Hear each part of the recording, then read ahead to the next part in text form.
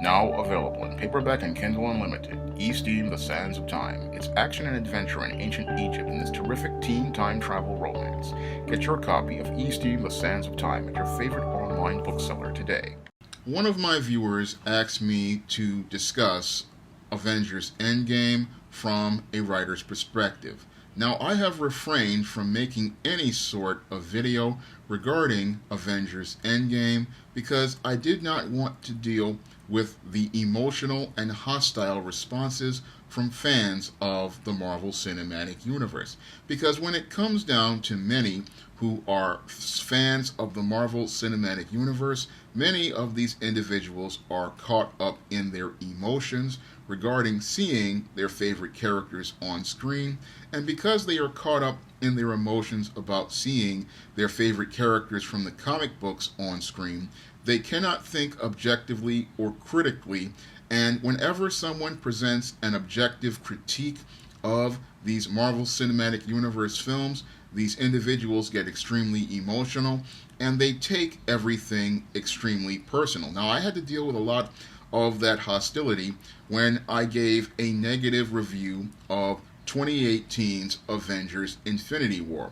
And when it came down to Avengers Infinity War, I said that this film was of poor quality and was literally like the part one of a Star Trek The Next Generation series finale. And I stand behind that statement because when I take a critical look at the story for Avengers Endgame, I see one of the worst stories I have ever seen as related to these Marvel Cinematic Universe films, and one of the worst stories as related to writing and screenwriting. And when I listen to these critics praise Avengers Endgame, it shows me that when it comes down to many of these film critics, clearly these individuals are either shills or they have been bought off by the Disney Corporation, because when I take a critical look at this story for Avengers Endgame, I see a story that is absolute garbage. And the reason why I say that the story for Avengers Endgame is absolute garbage is because if this same story were produced by a independent self-publisher like myself, many of these same critics and many of these same Marvel Cinematic Universe fans, they would be in an uproar regarding how poor quality this story is. But because this story is featuring their favorite characters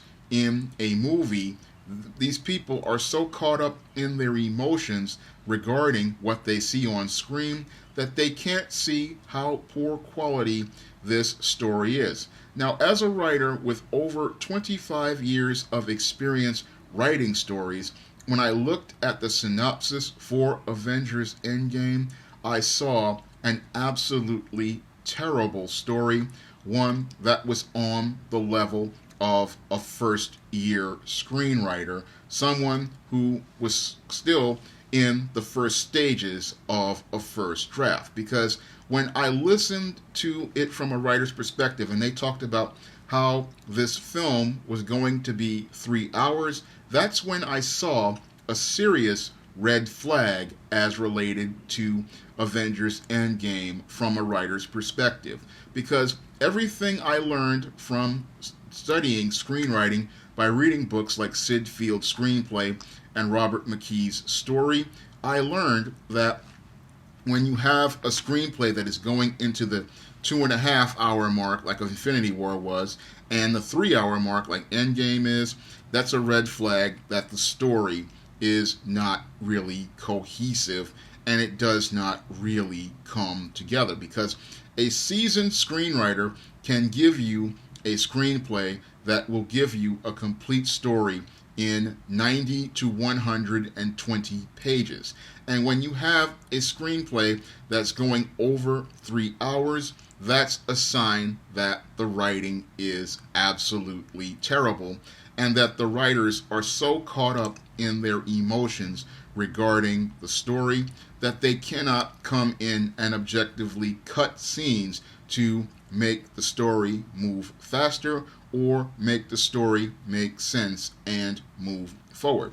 And from what I have heard and what I have read regarding Avengers Endgame, this is a film that seems to meander for over 2 hours and really does not move forward in a way that moves the pacing very quickly. And that's another red flag from a writer's perspective, because a good story usually moves very quickly, and it moves very quickly because when it comes down to people who create films, they understand that you have to get the audience into the story extremely quickly. But your Avengers Endgame doesn't do this. It just is a slow film, and it gets a pass, again, because most people are caught up in their emotions that they can't see how bad this story is. And that's the trick that your Kevin Feige and your Disney went with this film, and the Russo brothers, to trick people into believing it's a good film, is making it play hard on people's emotions. Because any good writer doesn't want to play on your emotions first. What they want to do is establish a structure of a main character, what they want, and why we should care, and then move the conflict forward, because that's going to get people interested in the story. But this Avengers Endgame tries to manipulate the audience and make them believe that they have to be in their feelings. And if you're in your feelings, you cannot really pay attention to key details in the story. And any good writer, what they want you to do is pay attention to the key details at the beginning of the story, because it is from that organic foundation of that first 10 to 15 minutes of that film that you lay the foundation and the structure for the overall story. And you, as you're laying the foundation for that story, you are going to organically grow your plot points and your story points. And Avengers Endgame doesn't do a good job, as I see it, of dealing with the plot points and the story points, and it doesn't do a good job of developing many of the characters. Now, in Avengers Infinity War, we had a really weak opening, because when I looked at Avengers Infinity War, it was starting at the end of Thor Ragnarok, and what happened was we did not get the big entrance from Thanos that we were supposed to get to introduce us to him and show him as a really serious main character.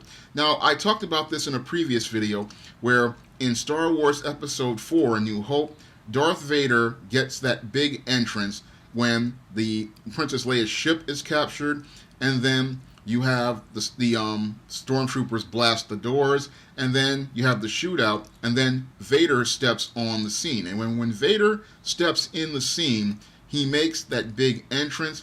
He shows us how he's a threat, and that's what cements him as an iconic villain. Your Thanos in Infinity War, we got this passive sequence of him holding Thor and roughing up. He doesn't even rough up Thor, and he just holding Thor like he's already previously beaten him. And instead of us getting the entrance where we see Thor and Thanos having the big fight, and then Thanos beating Thor, that would have been an opening scene that would have really created an inciting incident to get us excited. So Infinity War started with a weak scene, and we didn't really deal with Thor's character development in a constructive way. The same thing with the Hulk. Now, the Hulk in Avengers Endgame, he was completely emasculated, and his story was completely lost. And that was one of the things that really irritated me about your Avengers Endgame, is the way the Incredible Hulk was treated. Now, the Incredible Hulk is one of the strongest characters in the Marvel Universe, but you wouldn't know it by the way these writers totally mishandled this character. Now, in the first part of Infinity War, what they did with the Hulk was show that Thanos supposedly did some psychological damage to the Hulk's ego by beating him up, but then Instead of developing that plot thread which you set up in Infinity War, in Avengers Endgame, you come in here with this Professor Hulk with no sort of organic development and no sort of full character development. You just leave that plot thread lying there, and instead of us getting a payoff, which I said we should have gotten, where Hulk clearly declares he is the strongest one there is by delivering a couple of blows to Thanos and beating the living snot out of him, that would have been a better payoff than what they gave us in Avengers Endgame, because this is the payoff that you were setting up, but instead of giving the delivery of that, you just leave the Hulk's plot thread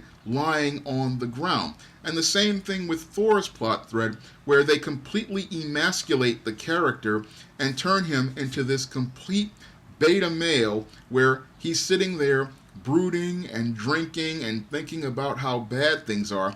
That's completely out of character for Thor. Yes, Thor feels bad about the failure to stop Thanos, but that's just not who Thor is. And this writer showed they didn't really understand who Thor was and how Thor is just, he doesn't fall apart like this because he had a man, Odin, in his life, his father. He's not going to crumble into dust like we saw in terms of his internal character.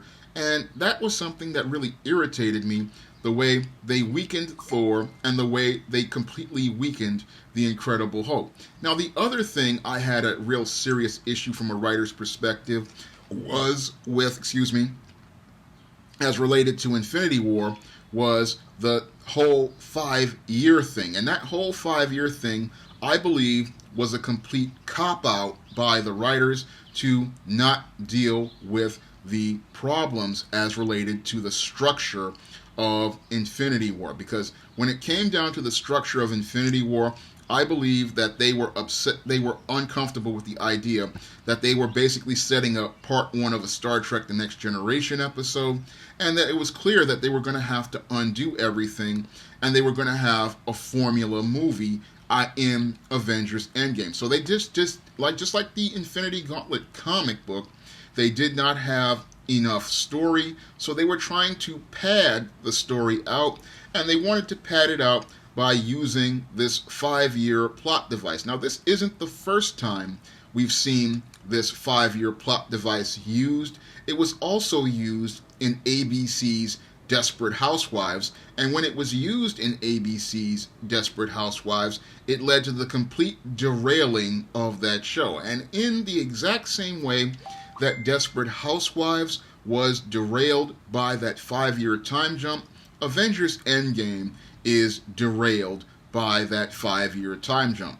And that 5-year time jump is used to show how things have changed as related to this snap that Thanos has done, and how the world has changed as related to this snap that Thanos has done. But when they did that, they wound up destroying the entire structure of the original Infinity War story, and they broke the structure of the Marvel Cinematic Universe. And the way they broke the structure of the Marvel Cinematic Universe is this time gap leaves a big plot hole in the overall structure of the Marvel Cinematic Universe. And I'm going to get into how it structurally damages the Marvel Cinematic Universe in a minute, but I'm going to go more into detail into many of the other numerous plot problems and story structure problems in Infinity War. And again, your Russo brothers and the screenwriters of this film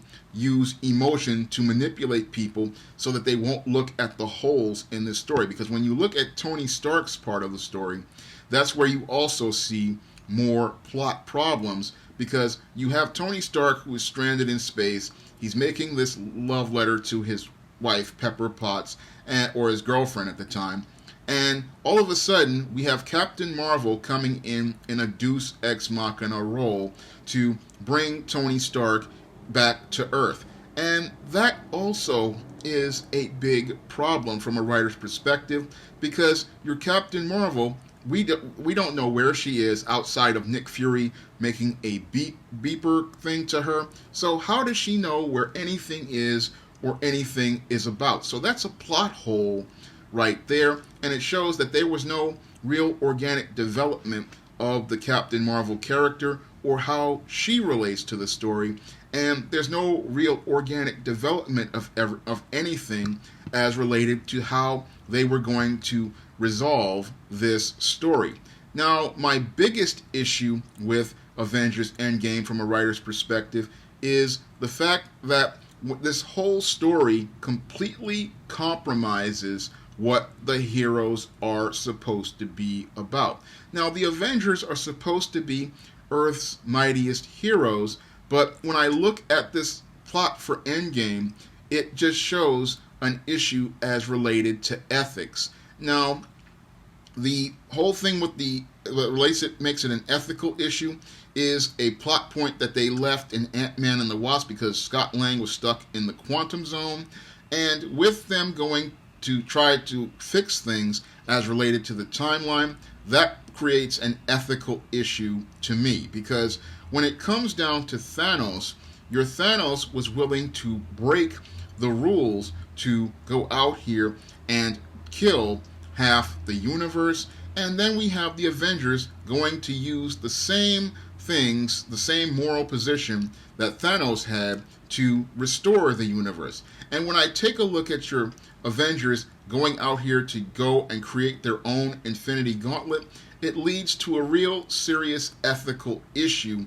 as related to heroes. Because a hero is not supposed to go and do things on the level of a villain. And when I look at the Avengers trying to create their own Infinity Gauntlet, it shows that they are trying to be a god in the same way that Thanos was trying to be a god, and that really compromises them as heroes who are out here to show how they have human faults. And it also compromises Stan Lee's original mission for these Marvel superheroes, because when it came down to Stan Lee, he wanted to show ordinary people in extraordinary situations and them bringing out the best in each other and the best of each other, and them going to create their own Infinity Gauntlet. That's a complete compromise of these heroes' moral positions, their core values, and even the core values of Stan Lee. So it is a complete betrayal of what Stan Lee established and Stan Lee's legacy when I saw those heroes do that, because these heroes are now not trying to be heroes who protect people. They're trying to be gods, and they're trying to shape the world in the way they want it to be. And that, I believe that betrays everything Stan Lee stood for when they made this Avengers Endgame story. And this is one of the things that angers me the most about Avengers Endgame's story. And the whole thing with the time travel, again, I found that plot device to be a very sloppy one. They had Ant-Man come in to use that as a plot device to try to fix the mistakes they made with Infinity War, because I believe these writers painted themselves in a corner, so they wanted to use this time travel convoluted plot device to get themselves out of the corner they painted themselves in, because they were afraid that if they had to do this story organically like it did in the comic, what they would have to do is have a very formulaic and predictable story. That's what they were afraid of, because, again, when it comes down to an Infinity Gauntlet, it was a very poorly crafted story. A lot of people think it's one of the best stories ever created in the Marvel Universe, but I found it to be an overrated story, a very poorly crafted story, and I believe that it's not even on the level of the Avengers Korvac saga, a story that really made a commentary about how superheroes have these failings and how they will get in their own way. So when I look at Infinity Gauntlet, it's just not a very good quality story.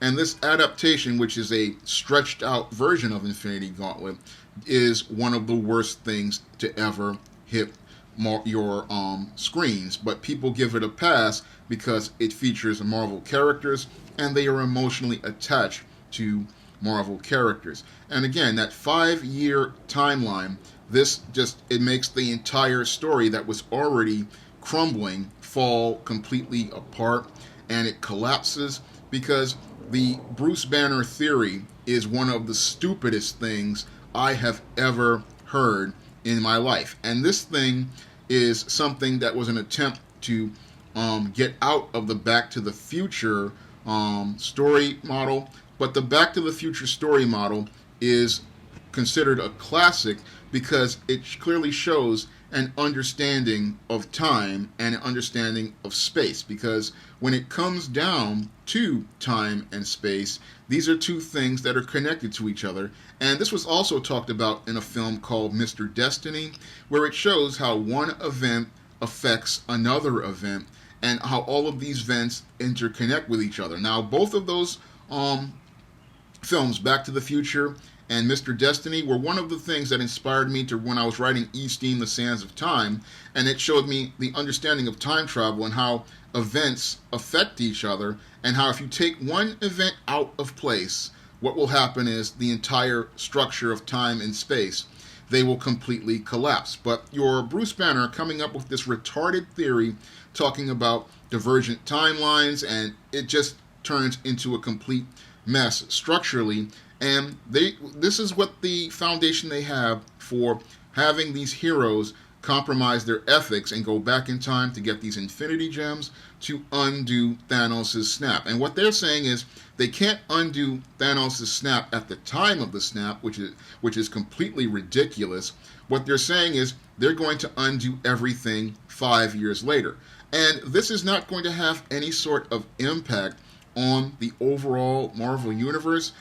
That's one of the things that makes me say that this destroyed the entire structure of the Marvel Universe. Because if they undid the snap at the time of the snap or a couple of seconds before the snap, then the structural integrity of the Marvel Cinematic Universe would have remained intact. However, because these writers didn't want to create what they thought was a formulaic and predictable story, they decided to get fancy and come up with this 5-year plot device.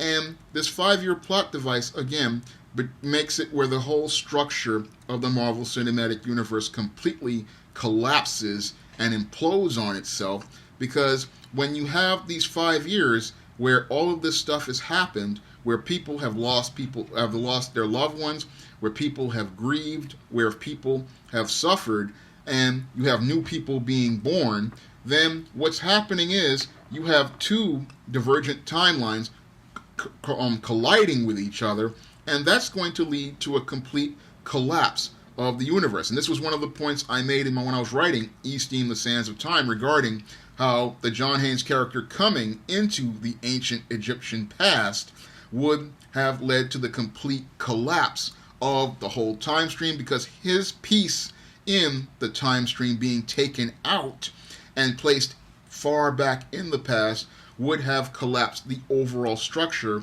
of the space-time continuum. But in this story, you have these Infinity Gems, and then nothing's going to happen, and it's not going to damage anything overall.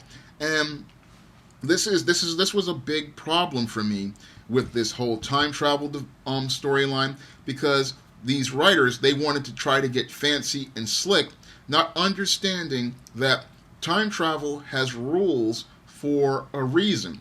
And it has rules for a reason because, again, like in the film 1990's Mr. Destiny, it clearly states that when every event has a connection to another event, and if you undo one event, it derails all of those other events. So if you go back in time and you change an event, you are going to change all the other events that lead up to it as well. So that's why they needed to stop Thanos before he did the snap, because when you stop Thanos before he does the snap, you prevent him from derailing the entire structure of the universe. Now, when it comes down to this whole structure of the Marvel Universe as they go back in time, that's when they start really doing damage to the overall structure of these movies, because when you have each of these characters going back in time and altering events, they make this excuse talking about how it creates divergent timelines, but I believe it just damages the overall timeline that the Marvel Cinematic Universe is in. And these writers, what they're doing is trying to cover up their bad storytelling by using these timelines and alternate universes, but it's just a cover and a deflection to cover up the absolutely terrible writing of this story. Because the writing of this story, it just is absolutely horrific. I mean, every scene, every plot point just does not fit into other plot points organically. So you have you have characters again like Black Widow, who sacrifices herself for the Soul Stone, and how it was. And the whole thing is that with that plot point is, how do we put the Soul Stone back if Black Widow is dead? That's a plot point that's this big plot hole. And we have other plot holes, again, like the Hulk putting on the assembled Infinity Gauntlet and losing an arm. Now, this shows that the writers did not do their, in addition to totally cucking the Incredible Hulk, they also go out here and don't even know the character's own powers. Because in the first Avengers, we had Bruce Banner make the statement saying that when he shot himself in the head, the Hulk changed and spit the bullet out. And in this film, the Hulk loses an arm and nothing happens, and the arm is gone permanently. I say that's just BS right there, because it shows that the writers don't even check their own previous films for consistency. Because if he's telling us that Bruce Banner shot himself in the head and the Hulk, he changed into the Hulk and spit the bullet out, that shows me that the Hulk has a healing factor. And that healing factor is something that was clearly established way back in 1991, I believe's Future Imperfect, where the Maestro, who was an older version of the Hulk, wound up getting nuked at the original site when Bruce Banner set Dr. Doom's time machine to set him back to the time of the original Hulk transformation. Now, the Maestro got completely nuked, and he got all his skin burnt off his body, and he regenerated himself over time. Same thing with the Incredible Hulk in the Onslaught storyline, where the Incredible Hulk was torn to pieces and still rebuilt himself. And even as recent as the Immortal Hulk, we had the Hulk literally beaten by the Avengers and dissected, and the Hulk reassembled himself. And we clearly have this pattern of the Hulk having a healing factor, a Hulk being able to regenerate limbs, and the Hulk being completely, almost virtually indestructible. But in this film, the Hulk loses an arm and it's permanent. And the only reason why it's permanent is because these writers wanted to find a way to minimize the Hulk, and they wanted to show a way to be able to make Captain America and Iron Man the heroes that saved the day in Endgame.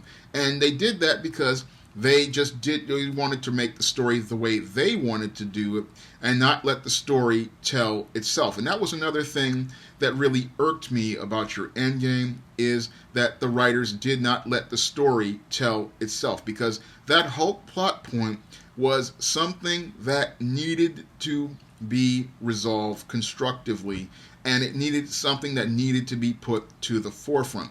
Same thing with the Thor plot point, where they have this fat Thor, but they don't want to give us a redemption story with the Thor character. They want to make Iron Man the central character as related to the story, but it's, as I see it, the Thor character was more organic in terms of everything, because the Thor character, this was his way of redeeming himself.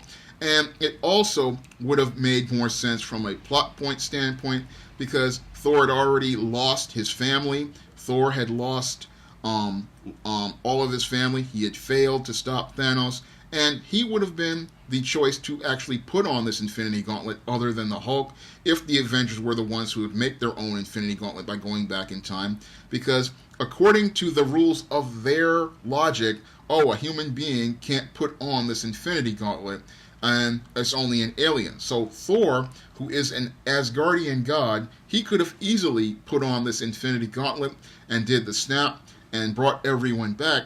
But these writers, because they wanted to write their story and they wanted their story to fit their viewpoints, they decided that Thor didn't need to put on this gauntlet. They just wanted to have a way to emasculate the Hulk and minimize the Hulk so that Tony Stark and Steve Rogers could have their moment, not understanding that Tony Stark and Steve Rogers still could have had their moment in this story if they had just taken the time to write this organically and let this flow organically. Now, with these plot points being all like this, it leads to a very uneven structure for the story, and it leads to characters, again, being left where they're not getting the development they're supposed to get. And all of this is supposed to build into this climax, and this climax, as I see it, one of the worst I've ever seen. I mean, a lot of people are raving about Captain America picking up Thor's hammer, but again, we see more inconsistencies because in Avengers Age of Ultron, Captain America could not pick up Thor's hammer. And this was established in several scenes in the film, but all of a sudden, Steve Rogers is now able to pick up Thor's hammer, showing us that there's complete inconsistencies in this film, because in Age of Ultron, it was shown that, again, Steve Rogers couldn't pick up the hammer, but Vision could pick up the hammer because he didn't. And I'm sitting there wondering, if Vision could pick up the hammer because he's an android, then Steve Rogers isn't worthy. Then again, it shows there's a problem with the writers, and it shows that they're not looking at their previous films to see how things fit consistently with each other. But that doesn't matter to these writers because they are so caught up in trying to make their story work, they don't see how their story is falling completely apart. And it falls completely apart after everyone comes back and we have this big invasion. And there's something that just falls apart because that was just there for people to say, Avengers Assemble. And again, you have these scenes here, but they're not really coming together in a cohesive fashion to tell a story. And the same thing with the whole Thanos storyline. It just crumbles apart because all the things are not put together in an organic fashion to take us from the beginning to all the way to the end. So everything is supposed to lead up to this big climax where Tony Stark gets the gauntlet, and he talks about how he is Iron Man, and he uses the gauntlet to destroy Thanos because he was the first character in the Marvel Cinematic Universe, and this is supposed to be his big finale. And I thought that was the weakest payoff of all because it doesn't really fit organically within the overall Marvel Cinematic Universe. Yes, the Marvel Cinematic Universe started with Iron Man, but you did not need to have him be the one who wielded the gauntlet. And again, how can he wield the gauntlet if the same gauntlet destroyed the Incredible Hulk? Again, it makes no sense overall. The whole story falls completely apart. And when you look at the ramifications of that story and how it falls completely apart, you really, it makes you shake your head, because I saw another plot hole as they were doing the conclusion of it, and that conclusion was with the Spider-Man character. Now, the Spider-Man character was dusted when he was a teenager, and now 5 years have passed, and we have a frame of him going back to high school. That makes absolutely no logical sense. How can he go back to high school with his friends if he was dusted and all of his friends have already had 5 years of their lives move forward? So all of his friends have all graduated high school, they've all gone to college, and you have your Spider-Man, he's back in school like nothing happens. And that's the other part that contradicts what happened with Cassie Lang, who is now 5 years older. And that's another error as related to storytelling. How can Peter Parker still be in high school and Cassie Lang be 5 years older? So that's another big problem for me, and it shows how inconsistent the storylines are, and how this whole time thing just crumbles into dust in terms of writing. Because in order for you to restore everything, everything has to go back to the way it was in order for everything to be the way it was. But because, again, these writers wanted to try to do something different, they wound up making one of the worst films ever made. And what they were trying to do was trying to outdo Back to the Future, and what they did was show why Back to the Future is a classic film and why this film is absolute garbage. Now, the other part of the ending that really irritated me was the complete mishandling of Captain America. And the way they mishandled Captain America makes me very angry, because as a Captain America fan and someone who has sat there and read Captain America, the way he acted was completely out of character for Captain America, because Captain America would never be as selfish to go back in time and do what he did in this movie, going back to go be with Peggy Carter. Your Captain America has always been a hero, and he's always made a sacrifice. And what he did totally contradicted everything that was in Captain America, the First Avenger. Now, in Captain America, the First Avenger, you had Steve Rogers, who was willing to make the ultimate sacrifice by putting that plane down in the ice, and he made that sacrifice because he knew as a hero he had to stand for something more, and he had to be an ideal for everyone, because he understood that Captain America was an ideal, and he wanted to do what was right. So he made that sacrifice so that he could protect other people, and so he could do what was right. But when I look at your Captain America in this movie, he was extremely selfish, and that's not something Steve Rogers would do. Steve Rogers would do what was right, and he would accept his place as a man out of time, and he would accept his place as a man in a world that was different, because that's what he did in Winter Soldier. He had accepted his place as a man out of time, but you're going to tell me he's going to go back in time to go marry Peggy Carter and live out his life? That's just, it betrays everything that Captain America was all about, because he was always about being a hero, he was always about doing what was right, and he was always about making that sacrifice to do what was right, because that's what a hero does. A hero does what is right. And that was the other thing that really irritated me about Avengers Endgame, going right back to the ethics issue as related to this film, because as related to this film and the ethics thing is that these heroes didn't do what was right for anyone. They did what was right for themselves. They played God, and that was completely unethical. And when I think about this film and I compare it to the story I wrote, E-Steam, The Sands of Time, where John Haynes and E-Steam find each other.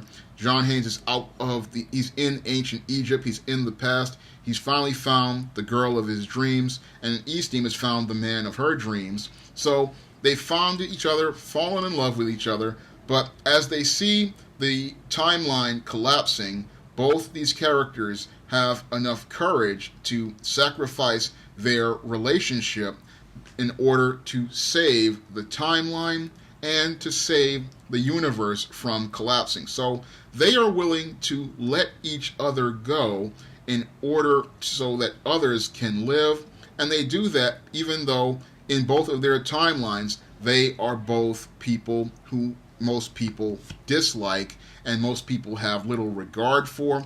They're still willing to do what is right for others, even though they could just have that little time for themselves. But they're willing to let each other go so that others can live, and so that the overall universe can survive. And that's what I thought was what a hero would do if they were given a choice to deal with something as related to time. They may have found each other then, but they understand that in God's time, they could find each other later on. Same thing with another book I did called Man Who Rules the World. Now, Man Who Rules the World you had John Haynes, who had the Gem of Omnipotence after defeating God Cassius, and he destroys this gem because he knows that this thing is corrupting and it can destroy, and it's nothing but a satanic construct. But he destroys it because he knows that it doesn't really mean anything, and it has no real power except what you give it over you. So he destroys it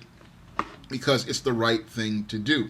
But in this story, the heroes really don't do what is right for everyone. They want to bring everybody back, but I feel that, again, that's just an ethical compromise that really is something that shows how our heroes have been turned into villains, and how in actuality your Thanos won because he went out here and tried to play God with the universe and he broke it, and then the heroes came and played God with the universe and broke it as well. Because when you look at the damage that was done by both Thanos and the Avengers, they have made the Marvel Cinematic Universe more of a mess than it was before your Thanos did the snap. Because now you have all of these people back to life, and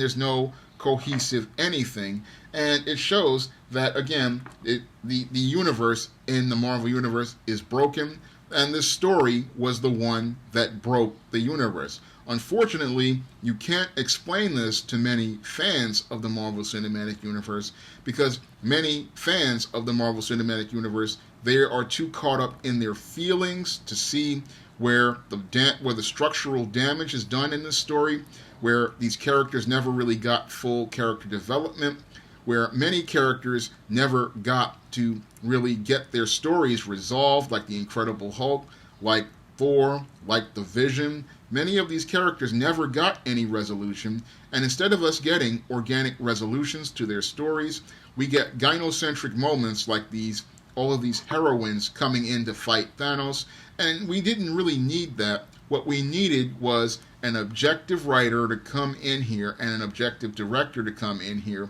and give us a cohesive story where all of the plot points flow together organically, and show us a story of heroism in a time of crisis, and a hero who was willing to do what was absolutely right at the end of everything to undo Thanos' unethical snap. And again, that's why Nebula was important to the original Infinity Gauntlet, because as a villain, she was willing to undo your Thanos' snap because she wanted to give your Thanos a middle finger for the way he had desecrated her and the way he had violated her.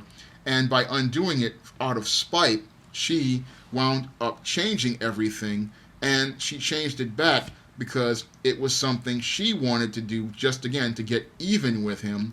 Because when it comes down to those who play God, these people are truly devils. And what's really sad is we have turned Marvel's great heroes into demons in this story. And that's one of the things that really angers me the most about Avengers Endgame, is because it's a story that shows us the end of an era for Marvel superheroes and the beginning of an era of very unethical characters. And this is not the Marvel I grew up with, and it's not the Marvel I wanted to be a part of. And that was one of the reasons why I passed on watching Avengers Endgame. And I just read, because when I read the synopsis, I didn't see Earth's Mightiest Heroes. I saw a story of compromised characters who have lost their way. And I look at Marvel Studios, I see a brand that has lost its way, and a brand that doesn't understand what it means to be a hero, what the story is of a hero, because the way they destroyed these characters and destroyed their character transformation arcs in this story are a complete betrayal of anything any seasoned writer would know about writing, or a seasoned writer would know about storytelling. If you'd like to pick up the books I mentioned in this video, Eaststeam, The Sands of Time, and The Man Who Rules the World, you may do so by clicking the link to Amazon.com in the description box. And if you want to try some of my other SJS Direct publications, like the ISIS series, the Eaststeam series, the John Haynes series, and the Spinsterella trilogy, you may do so by clicking the link to Amazon.com. That's all I have to say for this video. You can comment, rate, and subscribe.